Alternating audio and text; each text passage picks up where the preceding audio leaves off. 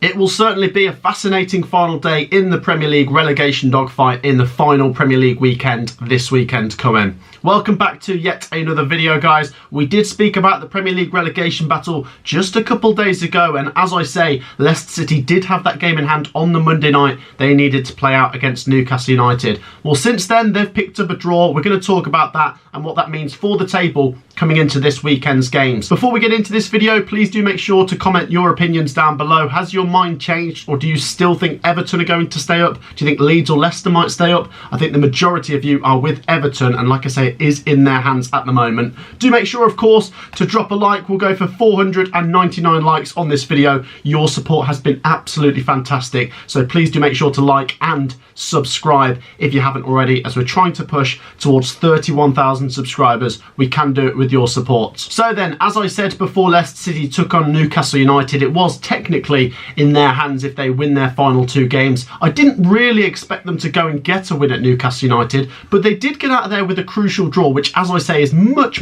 better than losing that game, as it gives them a much stronger chance of getting out on the final day. Now, obviously, the power is shifted back into Everton's hands, and obviously if Everton beat Bournemouth, then Leeds and Leicester are down. They can't do anything about it in their games because Everton have more points in the bank going into this final weekend. But what that draw for Leicester City does mean now is Everton have to go for a win if Leicester City win their game. It puts pressure on Everton to win, whereas if Leicester City were a point worse off, Everton could have been alright with a draw against Bournemouth. The only thing that would have stopped that is Leeds United beating Tottenham Hotspur by 3 goals. So it was a bit of a tall order there. So Everton knew that a draw would have been enough, but now they probably have to go and get that win. A draw could still be enough here for Everton, but they will need some slip-ups from Leeds United and Leicester City. I think the dynamic of this is very interesting now going into the final day. Looking at it from a Leeds United perspective, even though they won't have been happy to see Leicester City have gone ahead of them with that draw, I think what could be interesting is Leicester City, as we say, have put pressure on Everton to go and win, which could actually result in Everton losing whilst chasing that game against Bournemouth,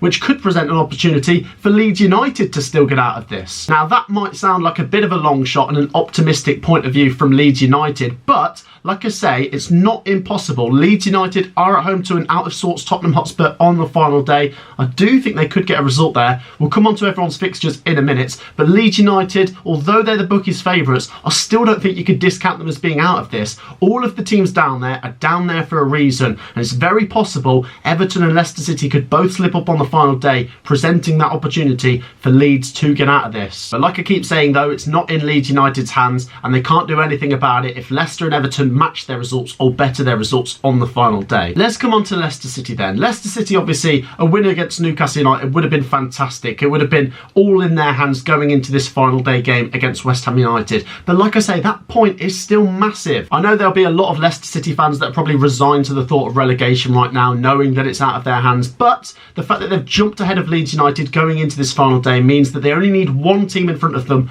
to slip up to get out of this. Obviously, Leicester City have to win their game. A draw won't be enough. We said that they needed to win at least one of their final 2 games. That point against Newcastle may be the platform to go on and win against West Ham. Now, I'm not saying West Ham's going to be an easy game for Leicester, but if they do win their game, it's not impossible Bournemouth could go and get something at Everton, and Leicester might be able to just get out of this, as they're the team directly below Everton within striking distance. And as I say, Everton need to win. A draw won't be good enough for Everton if Leicester City win. Let's come on to Everton then. They occupy 17th place. It's in their hands. Like I say, I did watch them against Wolves last weekend, and they picked up that priceless 1-1 draw. We don't know how massive that point's going to be until the end of the final day, but it really could be precious. Everton, obviously, it's in their hands. Their fans will be relieved about that. Obviously, Leicester City could have won at Newcastle, which would have taken it out of Everton's hands. But I do think a lot of Everton fans, and just a lot of football fans in general, were expecting Newcastle to beat Leicester. So the fact that Leicester City have picked up that draw, like I say, does put pressure on Everton now to go and get a win. A draw won't be enough necessarily. Now, if there was someone in here putting a gun to my head and I had to put money on this, I would go for Everton to get out of this because they are in the driving seat. It's in their hands. They're at home on the final day, and I do think that's a crucial thing here for Everton.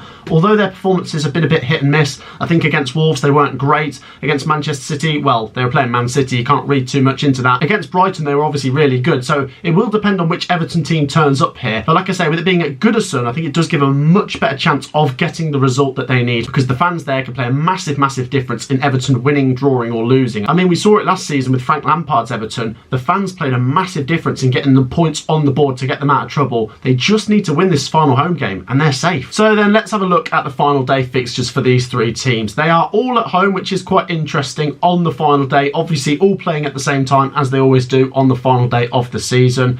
It's going to be interesting, this. I don't think any of them particularly have an easier fixture than others. Obviously, Everton are playing the lowest ranked team out of the three away teams you can see here, but Bournemouth have actually picked up the most points in the last 10 games out of those three away teams. They've picked up 15 points, as opposed to West Ham United, who picked up 13 points from their last 10 games, and Tottenham, in the worst form out of these sides, only picking up 9 points from their last 10 games, which does give Leeds United maybe a slight advantage with them playing the worst form team out of these three.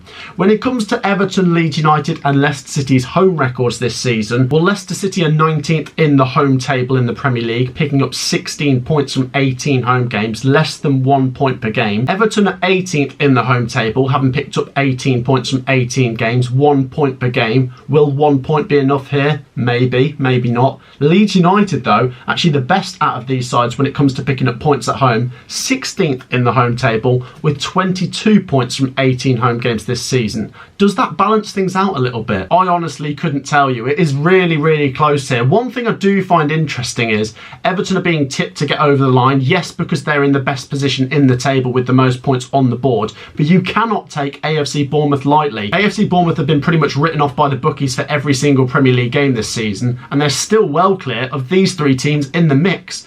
When it comes to Tottenham Hotspur, I feel like their name carries more than their actual squad has done this season. Obviously, Tottenham are one of the so-called big six clubs this season, but they're not even in the top six. They're not even in the top seven. Like I say, with just 9 points in their last 10 games, I feel like Tottenham Hotspur can certainly be targeted here by Leeds United. And then when it comes on to West Ham United, now this is an interesting one. West Ham's form has improved a little bit. They've not been flawless this season. There might be some positivity there with them being in a European Cup final coming up soon, but will their eyes be on that game, or will they want to keep their sharpness against the Leicester City side that are battling for survival? Like I say, if I was forced to put some money on this, I would tip Everton with them being higher and with more points on the board, and like I say, it being in their hands.